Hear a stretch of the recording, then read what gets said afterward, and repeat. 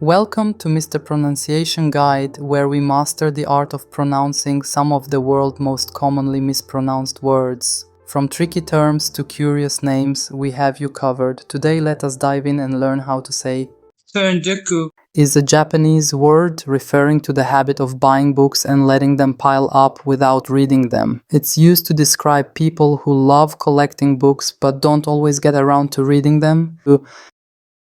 Tsundoku Tsundoku Tsundoku Tsundoku Tsundoku Tsundoku Tsundoku Tsundoku Tsundoku Tsundoku. Check out more videos on pronouncing tricky words and names with confidence.